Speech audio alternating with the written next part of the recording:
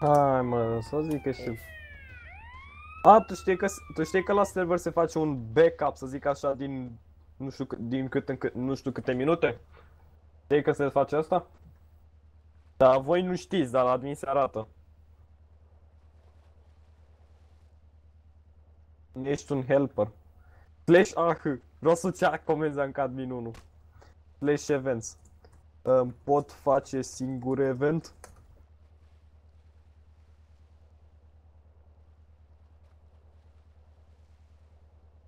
Slash request event? Ah, este eveniment în desfășurare.